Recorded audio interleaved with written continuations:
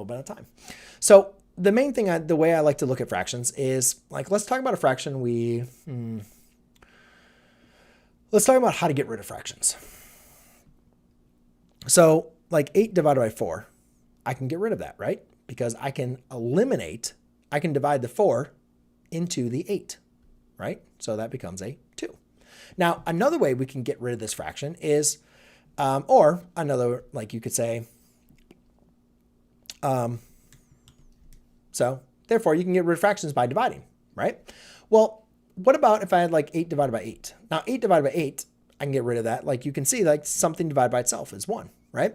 So the purpose is, if I had a fraction like 7 over 1, I don't really need to divide 1 into 7. Like it obviously is always going to equal 7.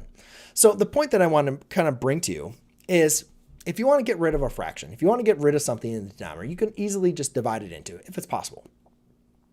The other thing is to get your denominator equal to 1, because if your denominator is equal to 1, then you're just going to have your numerator. So one of the better ways to look at this is 3/7 divided by 2/3.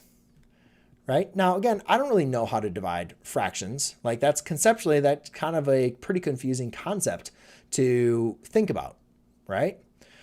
However, the way that I like to kind of think about this is saying, well, I don't want to divide by this fraction. I'd rather not divide by a fraction. So what I want to do is I want to get this to equal 1. So if I can get this to equal 1, then I can just keep my numerator, right? Whatever my numerator may be. So if I think about it, if I have a negative 2/3, like if I have 2/3, if I have a fraction, how do I get that to be 1? And hopefully you recognize you just multiply by the reciprocal.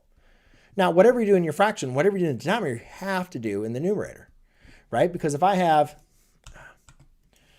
if I had 8/4, right? As long as you multiply by 2 on the top and the bottom, that gives you a 16/8. So that's still the same fraction, right? It's still 1/2. So when you multiply 3/2 on the top and bottom, this becomes 1, and therefore you get a 9/14 over 1, which is just a 9/14. Now, many students, once they get the hand of this, they just say, oh, well, you just flip and reciprocate, right? And yeah, that is, or flip and multiply. And yes, that's exactly what we are doing. But the reason why we're doing it is because of this, right? So make sure you understand this before you just go into the flip and multiply idea. But that is also works, which is 40 divided by 9.